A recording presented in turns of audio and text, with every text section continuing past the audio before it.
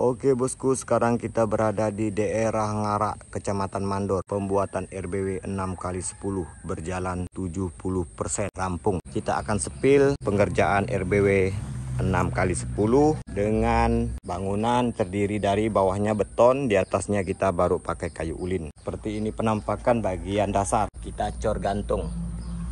Untuk pondasi sebelumnya ini sudah ada, jadi kita melanjutkan ke atasnya seperti itu teman-teman. Karena jarak betonnya ini sekitar 3 meter, kita tambah lagi kayu ulin. Fungsi dari kayu ulin yang kita tambah tadi, itu fungsinya agar menahan terpakan angin. Kalau untuk pondasi tidak diragukan, kalau untuk kekuatan beban itu pondasi udah kuat. Tapi kalau untuk terpakan angin, kalau kita nggak kasih tiang lagi di bawah, itu kurang meyakinkan. Kita tambah lagi ulinnya. Oke, kita masuk di dalam. Seperti ini penampakan di dalam. Untuk penempatan sirip, itu kita nggak menggunakan sekat lagi, dikarenakan manfaat dari tampaknya penyekatan itu ada dampaknya guys. Dampaknya itu di video saya, di wallet saya pribadi, itu kondisi sarang kita itu 90% dijamin kualitas mangkok. Nanti akan saya tampilkan di sini. Itu kalau kita tidak menggunakan sekat.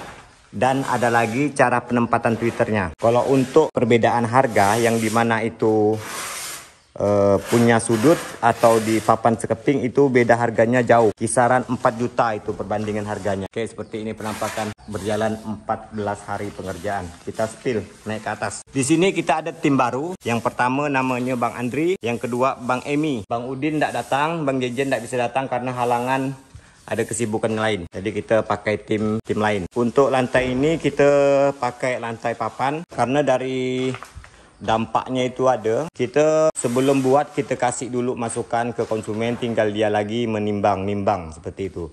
Jatuhlah papan tadi lantainya. Sebelumnya kan dia minta cor, cuman untuk cor harus seperti ini, harus seperti ini. Cuma ya itu tadi kan biayanya mungkin agak tinggi. Tapi kalau kita main asal-asal cor, dampaknya ke depannya nanti itu susah saat kita melakukan prehapan. Jadi kalau emang mau cor, itu mau benar-benar diperhitungkan matang-matang. Oke, kita naik ke atas. Untuk lebih dijelaskannya lagi, dampak-dampaknya mungkin terlalu panjang ya. Yang pasti saya kasih saran ke konsumen. Ada yang bagus nyecor, harus kayak gini. Kalau cuma hanya cor-cor-cor gitu aja, berdampak saat nanti kita tahu rehab, nanti itu susah. Lantai pertama, lantai dasar, itu ketinggian 2,5 meter. Lantai kedua 2,5 meter. Lantai ketiga baru 3 meter. Kenapa saya di atas yang paling tinggi, bukannya di bawah? Biasanya kan orang lantai dasar yang tinggi kan. Tapi berjalannya waktu, saya itu ya belajar dampak-dampak yang mana positif ya saya ketahui. Jadi saya pilihlah yang paling tinggi itu harus di atas, bukannya di bawah. Kita naik lagi ke atas. Sebelum kita naik ke atas akan saya spill dulu ya untuk bangunan 6x10 ini. Untuk void 3 meter kali 3 meter, kita mempermudah walet untuk menjangkau dasar. Untuk bagaimana penyekatan tata ruang nanti setelah udah jadi 100% saya akan buatkan video lagi. Jarak sirip di sini 25 cm. Di sini kita tanpa penyekatan sirip. Dan naik ke atas, kita mau bincang-bincang sama kepala tukang kita. Oke, ini kepala tukang saya, adik ipar saya sendiri. Ini kerja ndak pakai safety nih, karena kata dia panas. Kecuali kalau udah ngangkat bahan-bahan, nah baru kita pakai pakaian safety. Perjalanan pengerjaan berapa lama Dani Pak? 22 hari. Kalau hitung persen, berjalan berapa persen Dani? 80% guys. Pemandangan dari atas tuh cantik guys. Sebelum kita membuat rumah walet ini, kita memikirkan matang-matang. Nah, itu yang kita pikirkan, letak. Pertama kita cek dulu lokasinya. Terus yang kedua kita itu menentukan arah letak LMB dan void. Karena kalau udah buat rumah walet, kalau udah terbuat susah nak ubah-ubah. Jadi sebelum kita menentukan membuat, itu harus kita pikirkan matang-matang. Seperti itu teman-teman. Jatuhlah seperti ini. Voidnya arah di sini, LMB-nya arah di sini, seperti itu.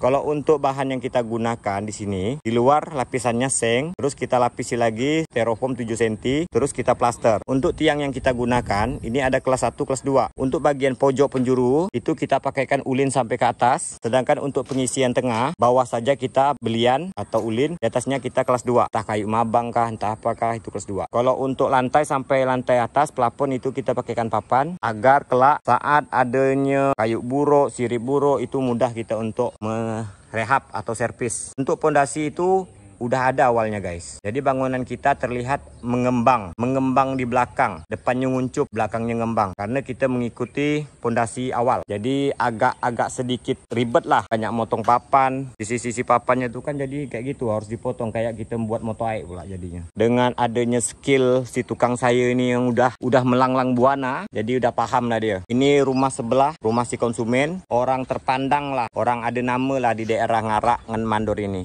Dia kepala Puskesmas Mandor, seperti itu teman-teman.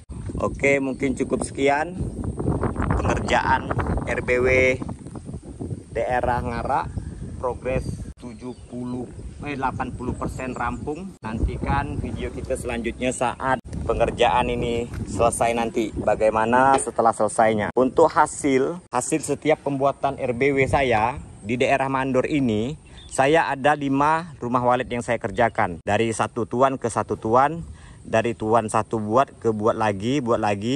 Jadi di sini kita nggak ada publikasikan hasil perkembangan kita. Dimana? Karena saya menjaga privasi keamanan dari RBW tersebut, RBW konsumen tersebut. Jadi kalau untuk teman-teman ingin meyakinkan dengan kemampuan saya, teman-teman bisa langsung hubungi admin saya. Nanti kita akan kirimkan bukti-bukti dari gedung kita kerjakan. Oke, seperti itu. Mungkin cukup sekian. Saya akhiri. Assalamualaikum warahmatullahi wabarakatuh. See you, bye-bye.